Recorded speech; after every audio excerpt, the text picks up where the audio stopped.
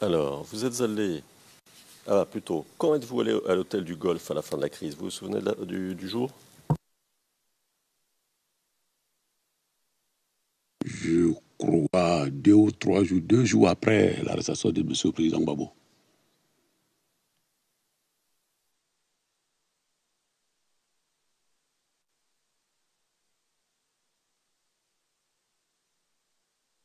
D'accord. Comment avez-vous organisé votre venue? J'imagine que vous étiez en contact avec des responsables de l'hôtel du Golfe, qui vous ont dit de venir à tel jour, de telle manière, peut-être. D'abord, pardon, je vais commencer par vous poser une question plus simple. Est-ce que vous y êtes allé en tant que commandant de la gendarmerie ou en votre nom propre? 2 aspects. Comme je l'avais dit plus tôt, quand Monsieur le Président Alassane m'avait appelé me demandant de venir au Golfe, je lui avais répondu qu'en tant que commandant de la gendarmerie, je ne pouvais pas abandonner mes hommes pour venir au Golfe. Mais selon l'évolution des situations, je viendrai. Et comme les choses ont évolué, tel que vous l'avez constaté, je me suis rendu. Donc, comme commandant de la gendarmerie, c'est ce que vous nous dites. Affirmatif.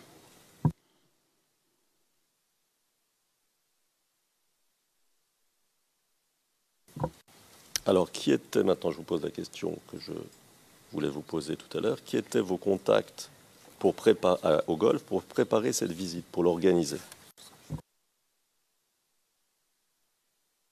D'abord, pour le déplacement, je suis allé avec le commissaire Brindou, le directeur général de la police, sous escorte des forces onusiennes, le contingent togolais.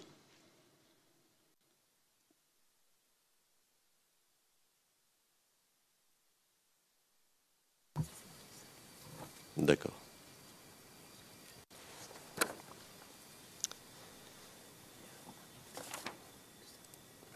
Alors, vous nous avez dit, on passe à un autre sujet. Lors de l'audience du 9 mars 2017,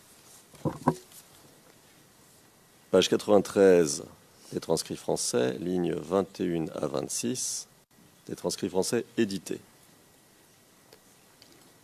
Et je vous cite. Des militaires issus des forces armées et des forces nouvelles ont attaqué l'escadron de gendarmerie situé à Yopougon et leur ont pris des armes. Fin de citation. Alors, est-ce que vous pouvez nous dire quand, si vous en souvenez, cette attaque de la gendarmerie du Yopougon a eu lieu? À quel moment? Encore une fois, excusez-moi pour la question des dates, mais le fait est réel. Les militaires des forces armées des forces nouvelles ont attaqué l'escadron de Yopougon et ont récupéré les armes.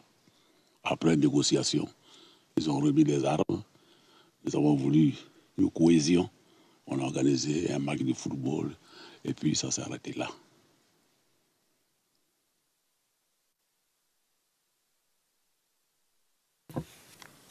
D'accord. Alors on change encore un peu de sujet. Lors de votre interrogatoire par les enquêteurs du bureau du procureur en 2011, je donne la référence, CIVOTP 0016 0301, c'était la page 0312, aux lignes 422 à 433. Vous avez évoqué l'attaque de la station thermique d'Azito, AZITO, à Yopougon par les FRCI. Et je vais lire le passage pertinent de votre déclaration. Je me tourne vers les interprètes qui me disent que tout va bien, donc j'y vais. Et je cite. Personne entendu. Où l'insécurité était grandissante.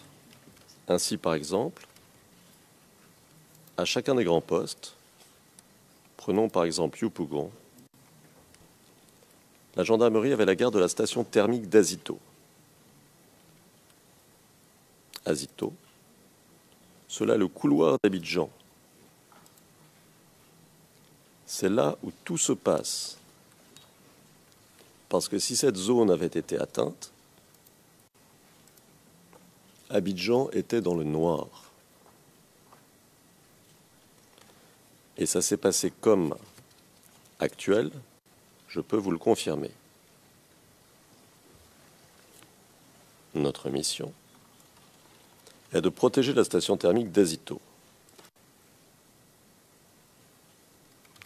Et donc j'avais pris soin, quand tout allait bien, de m'adresser aux différents commandants des FRCI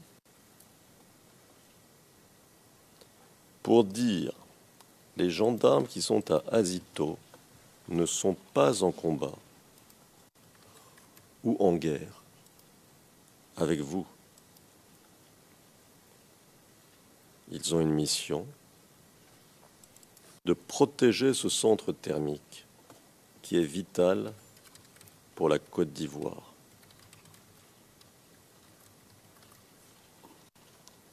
Et vous continuez, je continue à citer, mais bon, ils nous ont attaqués.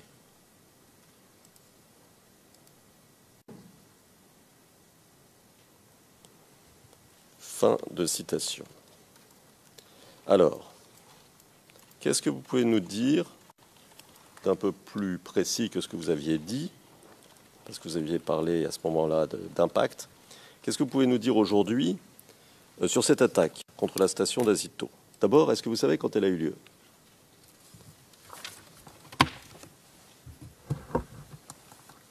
Encore une fois, toutes mes excuses pour la question des dates, mais cette attaque a eu lieu effectivement. Et les impacts étaient visibles sur quelques installations de la station d'Azito. Avec votre permission, la gendarmerie, dans sa mission, devait protéger de tous les temps, même hors le temps de crise, les points sensibles, comme l'antenne d'Aboboga et comme la station thermique d'Azito. Le lendemain matin, les ministres chargés de l'énergie et tous les opérateurs qui s'occupaient de cette station-là, on s'est rendus tous sur le site. On a constaté les impacts. Dieu merci, le cœur de la station thermique n'a pas été atteint. Et depuis lors, plus rien.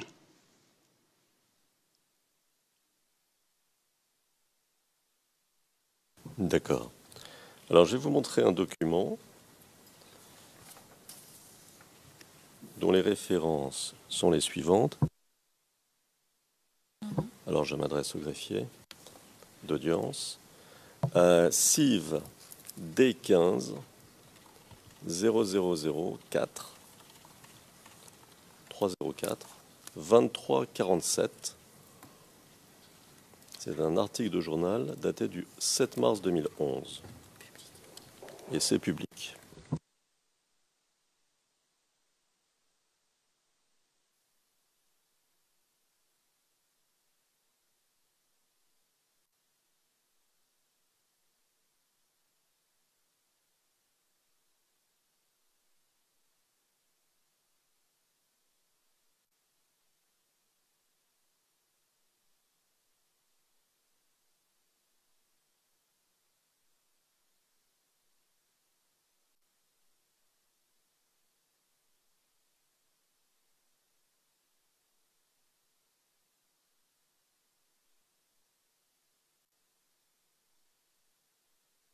Alors, vous voyez l'article, monsieur le témoin?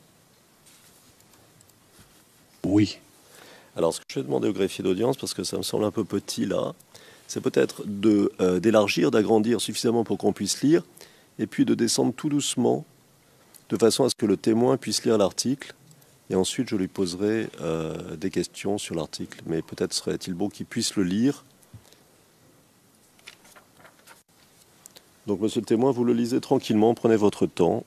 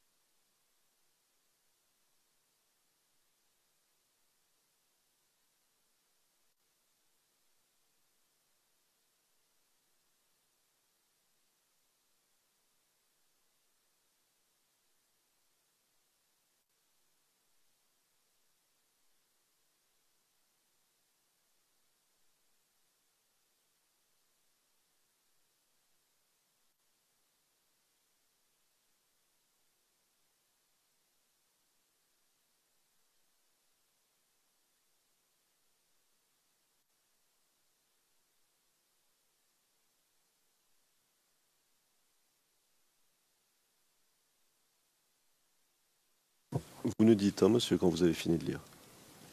Affirmatif, j'ai fini. Ah, d'accord. Alors, donc vous avez lu cet article.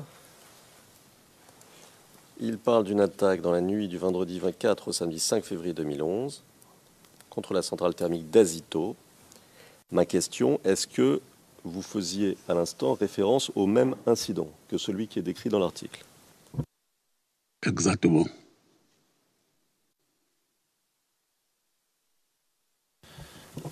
Your Honors.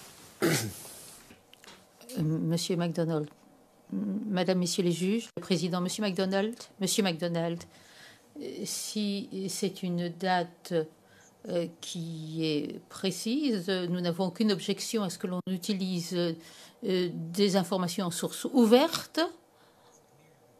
Le président.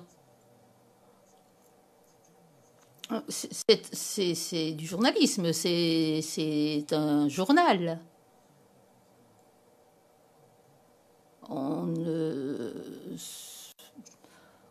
ne déduit pas de certitude du contenu. Monsieur MacDonald, nous nous comprenons alors. Le matériel de source ouverte, c'est utile pour mettre une date sur un événement. À cette fin-là, oui. Pour ce qui est du reste, alors là, vous avez parfaitement décrit la situation. Le président, très bien, je vous remercie. Maître Altit. Merci, monsieur le président.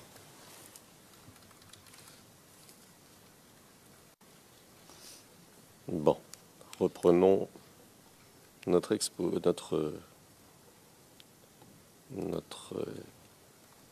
questionnaire, monsieur. Alors, il est dit dans l'article, et vous l'avez lu, je cite, « Le général de corps d'armée Édouard Tiapé Kassaraté, commandant supérieur de la gendarmerie nationale, qui était également présent pour le constat, a condamné vigoureusement cette attaque. »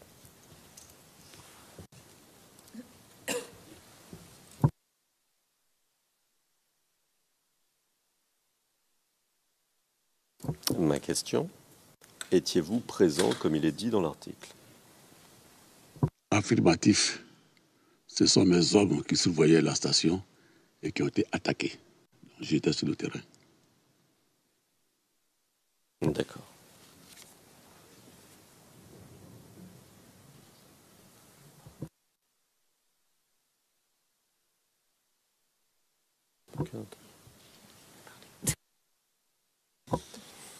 Alors, lors de votre interrogatoire par les enquêteurs du bureau du procureur, en 2011,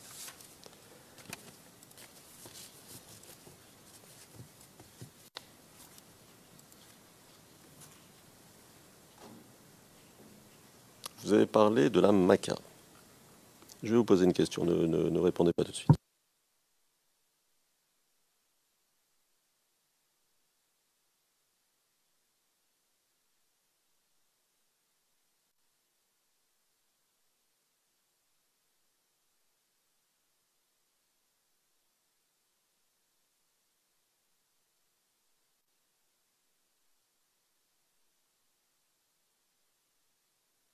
Bon, alors vous avez parlé de la maca, vous vous souvenez?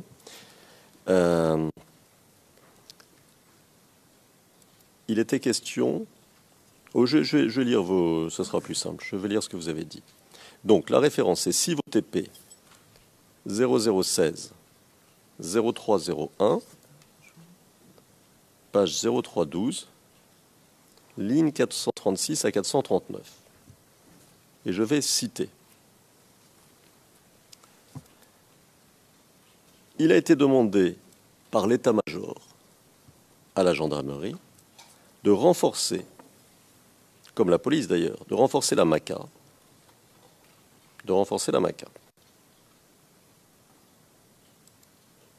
La gendarmerie a envoyé des éléments, dont un char, à la maca, pour renforcer la protection de la maca. Donc on sait ce qui est arrivé par la suite quand les gens ont décroché à Maca. Voilà. Fin de citation.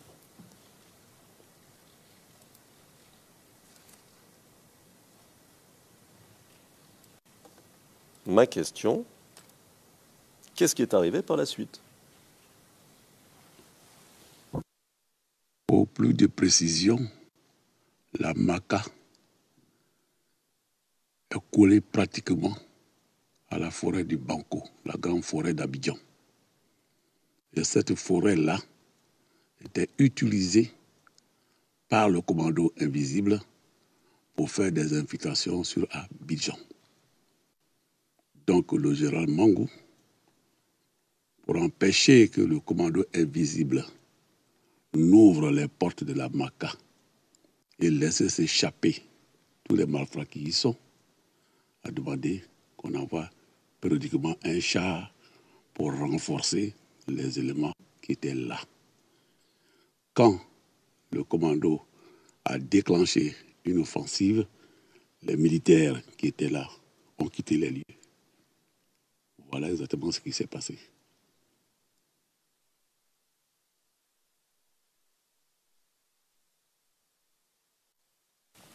Quand, vous venez de dire, quand le commando a déclenché une offensive. Alors, est-ce qu'il faut comprendre quand le commando invisible a déclenché une offensive contre la maca? C'est ça que vous dites? Affirmatif. Et contre les éléments qui étaient prépositionnés là pour empêcher leur progression sur Yopougon.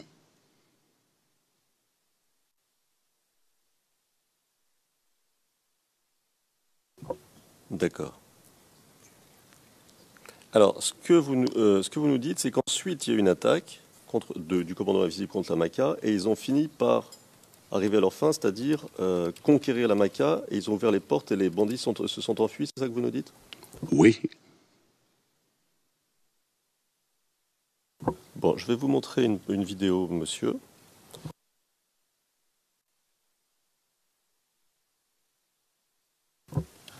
Dont les références sont les suivantes. CIV D15 0001, c'est-à-dire 0001 05 75.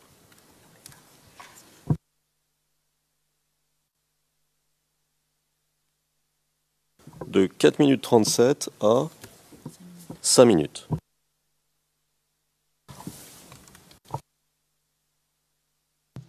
Ah, alors, j'apprends qu'on n'a pas notifié les transcrits, mais on peut les envoyer immédiatement aux interprètes qui font des grands gestes positifs. Donc nous le faisons tout de suite. Just to confirm it's public. Greffière d'Audronce, je voudrais confirmer que c'est de public. Je vous remercie. Your Honor, can we find out at which tab of the... Monsieur Desmergents, peut-on savoir sous quel onglet on peut trouver la transcription? Là, j'ai dit à l'instant que la transcription n'avait pas été notifiée et que nous l'envoyions immédiatement aux enquêteurs, pardon, aux interprètes. Et à vous, naturellement.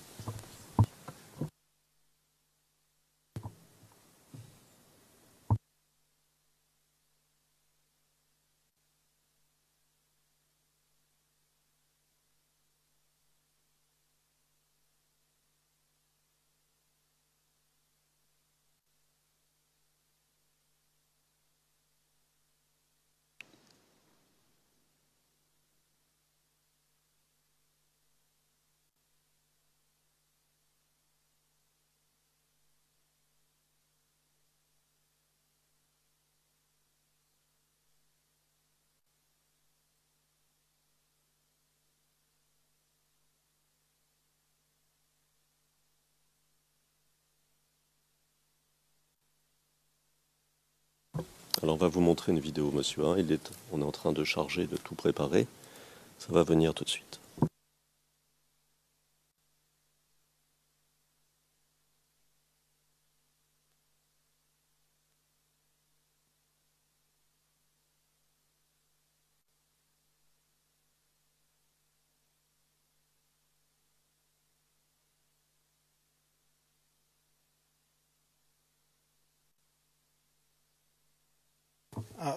Are the interpreters ready?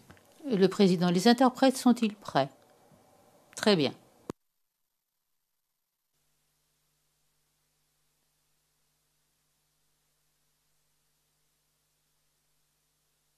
Pour libérer certains de nos frères qui étaient à la Maca.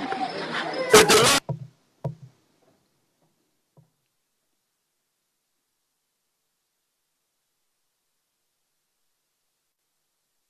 I would not like to be deaf at the... Le président, je préférerais ne pas finir sourd en fin de journée du procès. La greffière d'audience, il s'agit du pavé évidence 2.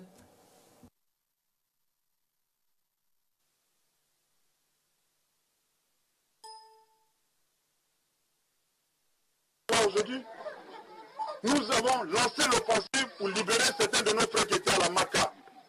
Et de là, nous avons lancé l'opération sur Yopougon le même jour, en 24 heures. Nous avons nettoyé Yopougon à grande moitié. Il restait Nyangon. Mais c'est pas facile. Yopougon, c'est grand. Avec tous les miliciens. Mais nous l'avons fait. On a tout.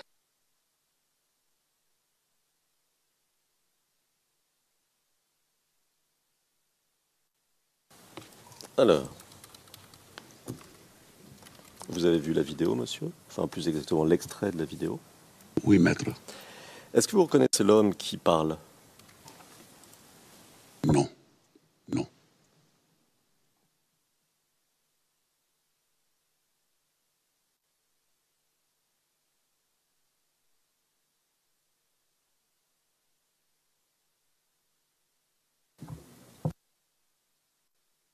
Alors, si je vous rafraîchis la mémoire, est-ce que ça peut vous aider à le reconnaître? S'il vous plaît. Est-ce qu'il ne serait pas là, est-ce qu'il ne s'agirait pas là de IB?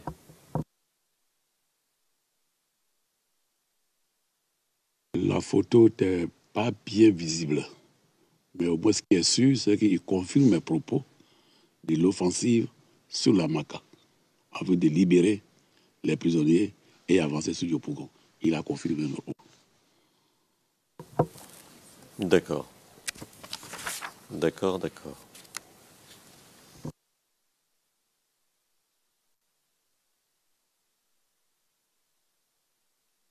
Est-ce que vous savez, même de manière approximative, combien de prisonniers ont été libérés à l'occasion de cette attaque par le commando? Alors, c'était le commandant invisible, c'est ça, ce que vous nous dites?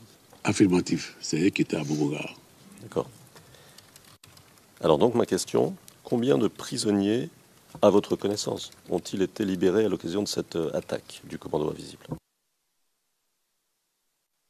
Vraiment, je ne saurais vous donner les effectifs, puisque au quotidien, je ne connais pas l'effectif de la MACA. Mais ce qu'on savait, c'est que c'est une prison surpeuplée. D'accord.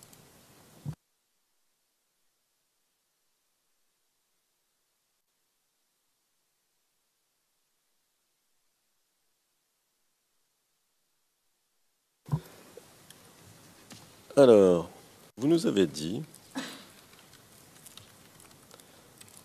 lors de l'audience du 13 mars 2017, c'est-à-dire il y a quelques jours, à la page 78 des transcrits français, à la ligne 7. Comme je le disais, je vous cite, comme je le disais, on n'avait plus de gendarmes présents à Abobo Gare. Ils ont tous quitté les lieux. Bon, fin de citation, parce que ma question concerne le moment où ils ont quitté les lieux. Est-ce que vous vous souvenez à peu près quand?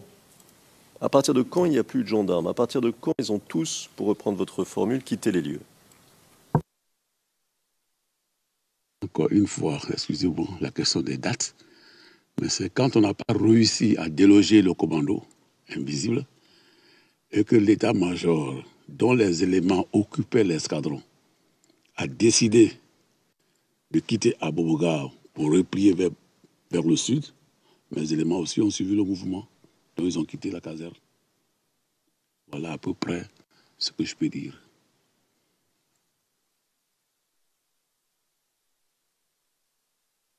D'accord. En 2011, Excuse me.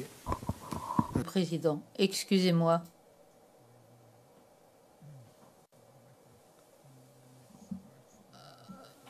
Pour l'enregistrement, à la ligne 22 en anglais, une fois encore, c'est la réponse.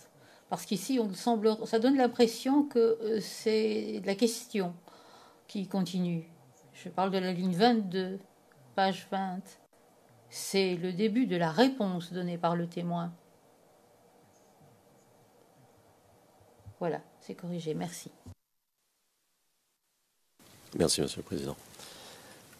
Alors, Monsieur Cassaraté, en 2011, lorsque vous avez été interrogé par les enquêteurs du bureau du procureur, vous avez déclaré « C'est le document, ou plutôt la référence CIV OTP 0016 0204, page 0251, ligne 1685 à 1701.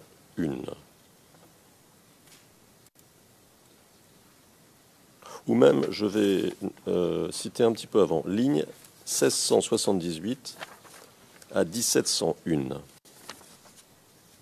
Et je cite, et c'est vous qui parlez, monsieur.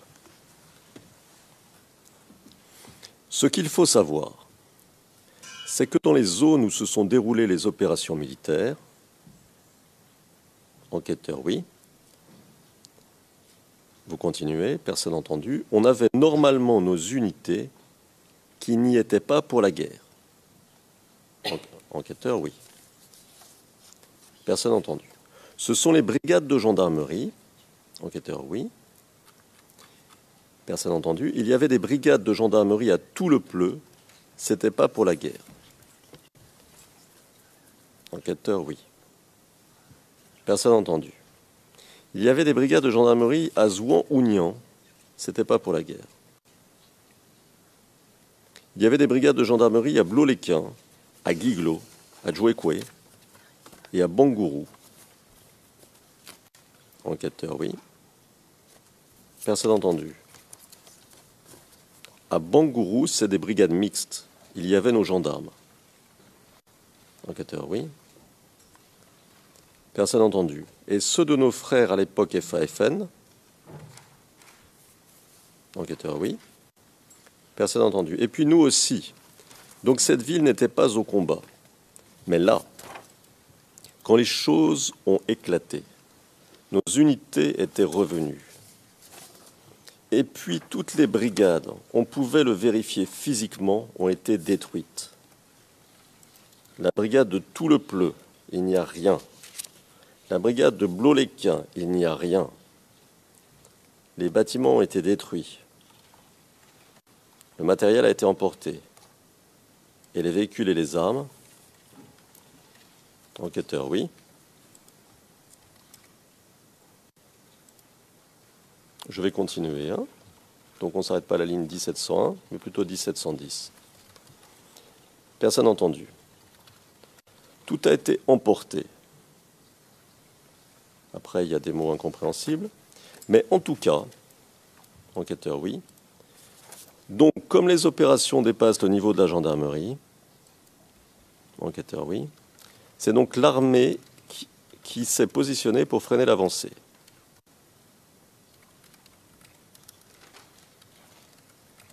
Enquêteur, oui. Personne entendu. De ceux qu'on ne connaissait pas. Il y avait de tout là-dedans. Il y avait des miliciens. Bon, en tout cas, il y avait de tout.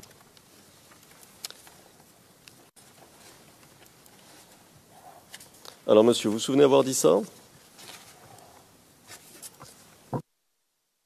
À peu de mots près, oui, puisque les brigades de gendarmerie sont une répartition territoriale de ces unités-là pour accomplir les missions de gendarmerie que je vous ai décrites. Suite aux attaques, ces brigades-là n'existaient plus. Au jour d'aujourd'hui, il n'y a pas de brigade à Blot-les-Quins ni à Tout-le-Pleu, sauf les bâtiments.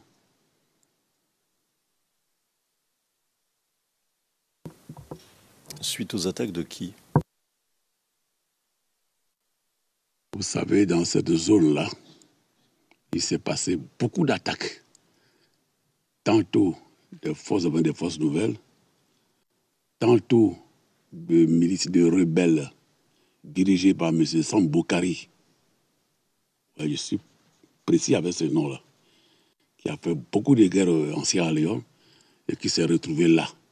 Comment il y est venu, qui l'y a envoyé, je ne sais pas, mais toujours est-il qu'il a opéré beaucoup de crimes dans cette zone-là. D'accord.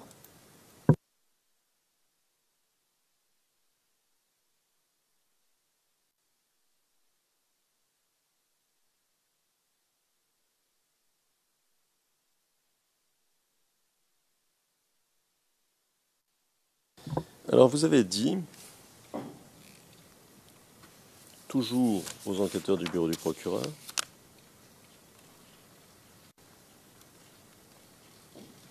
je vais donner la référence, CIVOTP 0016 0304,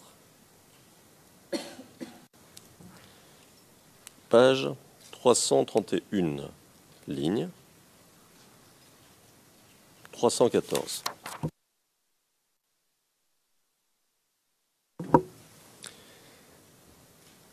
Alors j'attends qu'on me dise que c'est bon.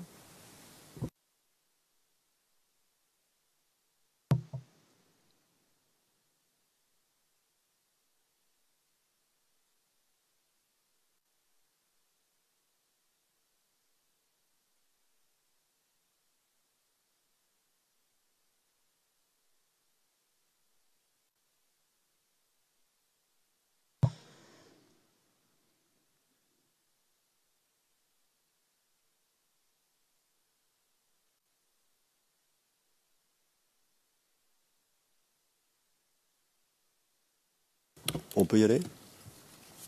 Ok. Alors, vous dites, à la ligne 314, monsieur, vous savez, dans cette zone à l'ouest, c'est une zone de conflit, des conflits récurrents liés à la terre.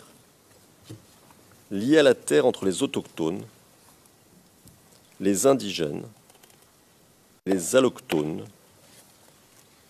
et on avait même pu régler cette affaire. Alors, est-ce que vous pouvez nous dire un peu, pour qu'on comprenne bien, ce que vous vouliez dire à ce moment-là?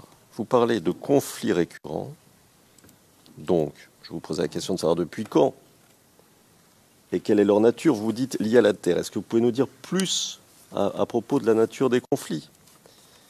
Et puis vous dites, entre les autochtones, les indigènes et les allochtones, qui sont ces personnes, qu'on a une idée, si vous voulez, sans rentrer dans qui fait quoi, enfin des personnes, mais qu'on sache quelle était la situation dans l'Ouest.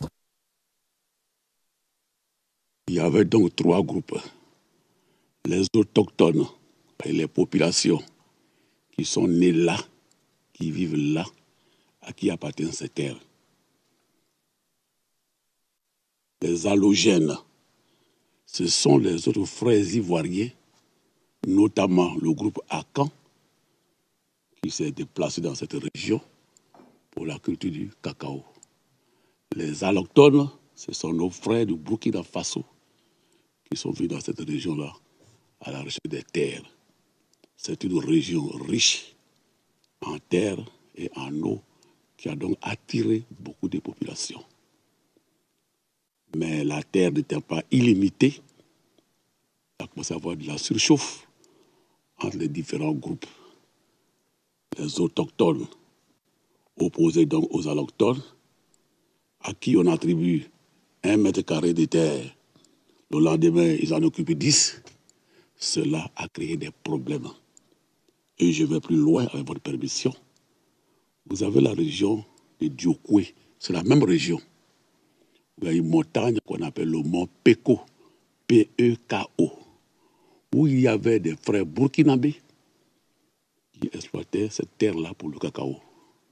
On n'a rien compris.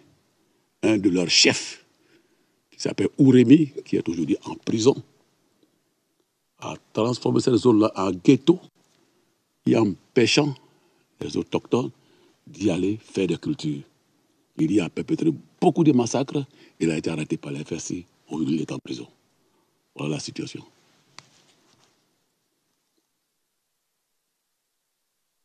D'accord.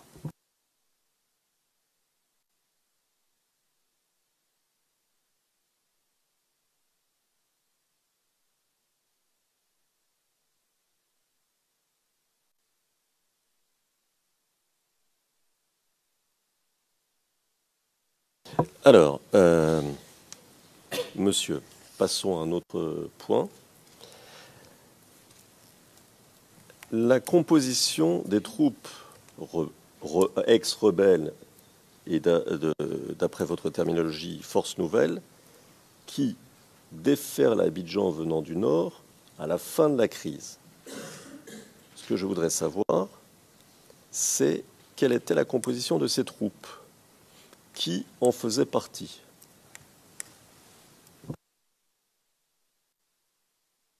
Hier, dans votre interrogatoire, vous m'avez évoqué les noms des différents chefs de zone. Tout cela était là.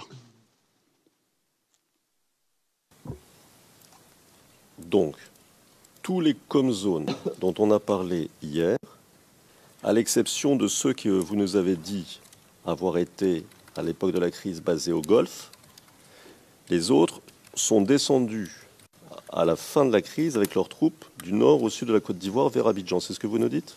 Affirmatif. Progressant sur 3 directions. Direction centre, Boaké, Tébissou, Yamoussoukro, Abidjan. Agnibilokuru, Abengourou, Azopé, Abidjan. Danané, tout le play, Blolequin, Abidjan, avec des bifurcations sur San Pedro dans ma région.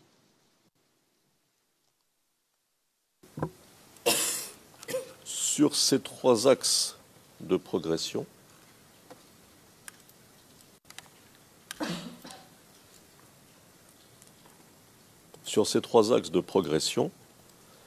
y a-t-il eu, à votre connaissance, des exactions qu'ont commises ces troupes ex-rebelles devenues FAFN contre les populations?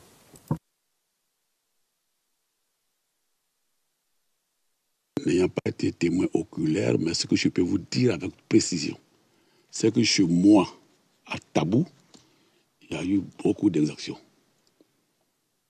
Une trentaine de jeunes gens ont été fusillés publiquement devant les parents, en passant par le pillage et la destruction de mes biens.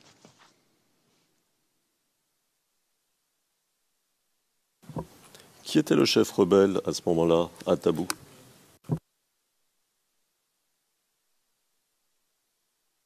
Actuellement, c'est le lieutenant Koulibaly qui est là-bas actuellement, mais il est venu un peu plus tard.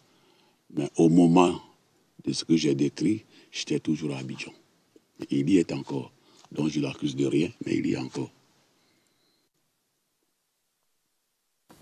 D'accord. Parmi ces troupes venant du nord, y avait-il des dozos? Oui, il y avait des dozos. Les dozos qui étaient déjà dans le sud de la Côte d'Ivoire, alors que les zones d'évolution au plan culturel, c'est le nord, pour la protection de la faune et de la flore. Depuis 1998, on a tenté de les faire remonter dans les sphères. J'ai même participé à une mission aux côtés de l'ancien ministre Émile Bombé, qui vit encore, pour inviter les dozos à se replier dans le nord, qui est dans les zones de prédilection, et non pas dans le sud. On n'y a pas réussi.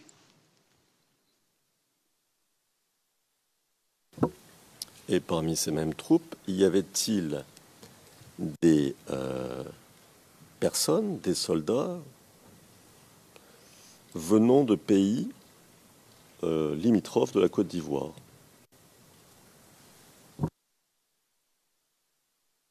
Vous savez, une rébellion, si on ne sait pas dans le temps, c'est quelques personnes qui évoluent en s'agglutinant des personnes au fur et à mesure de leur progression. Donc en venant du nord, c'est sûr, même si je n'ai pas vu, qu'il y avait des Burkinabés et des Maliens là-dedans. D'accord. Ces troupes rebelles qui descendent du nord au sud, à la fin de la crise, qui comportent donc et des dozos et des Burkinabés, au moins, d'après ce que vous venez de nous dire, étaient-elles bien armées?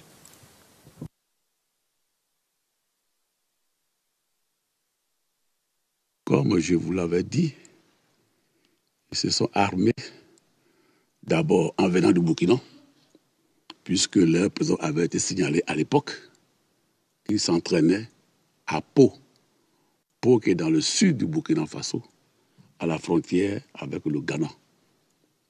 Donc ils s'est déjà armés depuis le Burkina. Ils sont revenus dans les armements et ils se sont approvisionnés sur place. Et même le disent, les commentaires qu'on fait.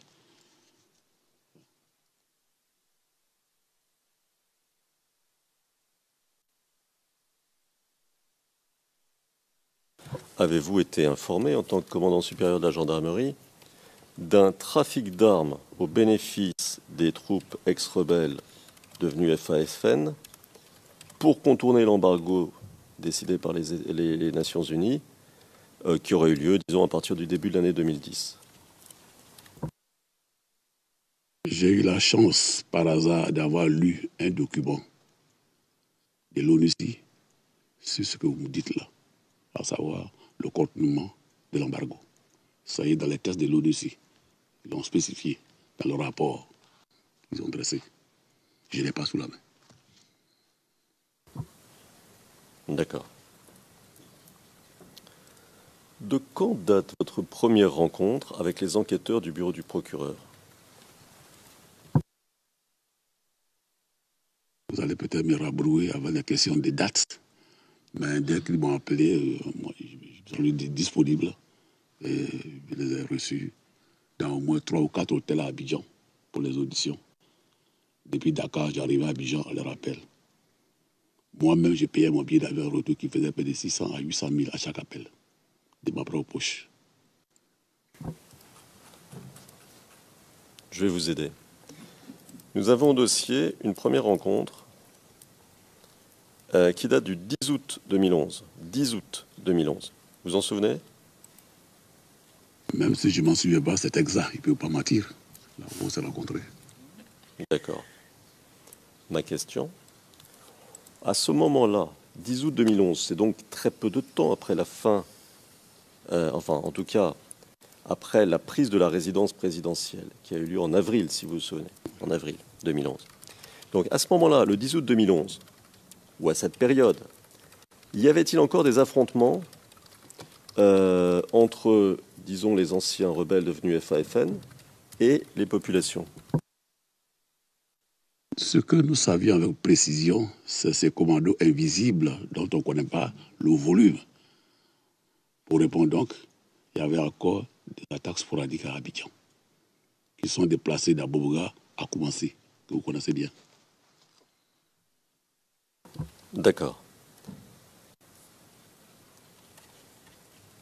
Alors, ensuite, nous avons au dossier une deuxième rencontre avec les enquêteurs du bureau du procureur qui s'est déroulée au début d'octobre 2011.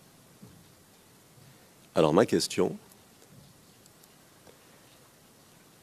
aussi bien pour août 2011 que pour octobre 2011, qui vous a mis en contact avec le bureau du procureur?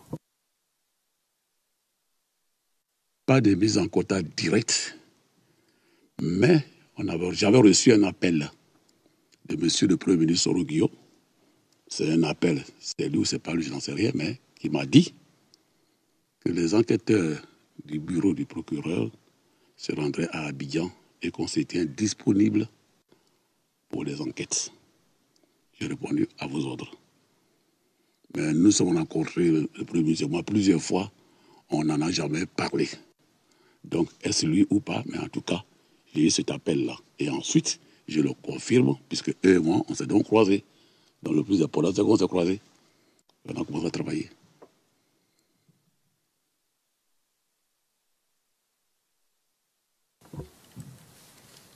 D'accord. Alors, vous avez même dit, lors de l'un de vos entretiens avec les enquêteurs, dans votre déclaration, référence CIV OTP 0016 04 49, page 469, ligne 706. 707 plutôt. 707. Et vous dites, et je cite,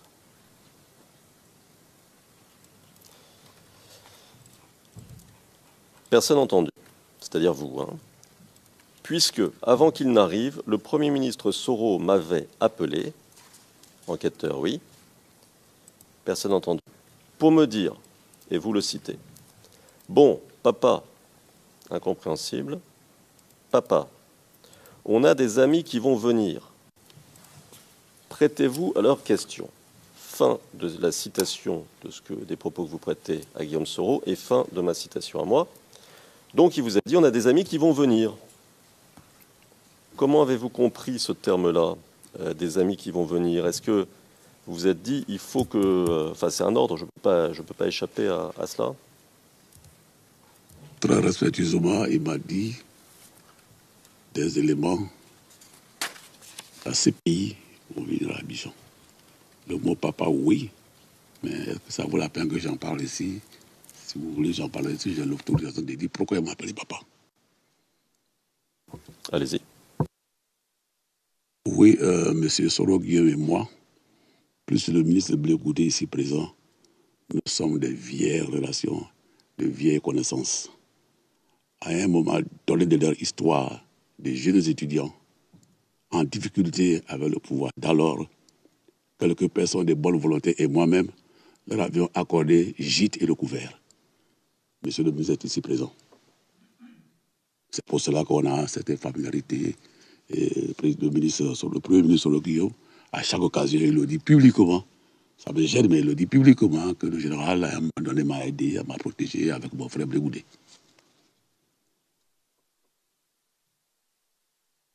D'accord.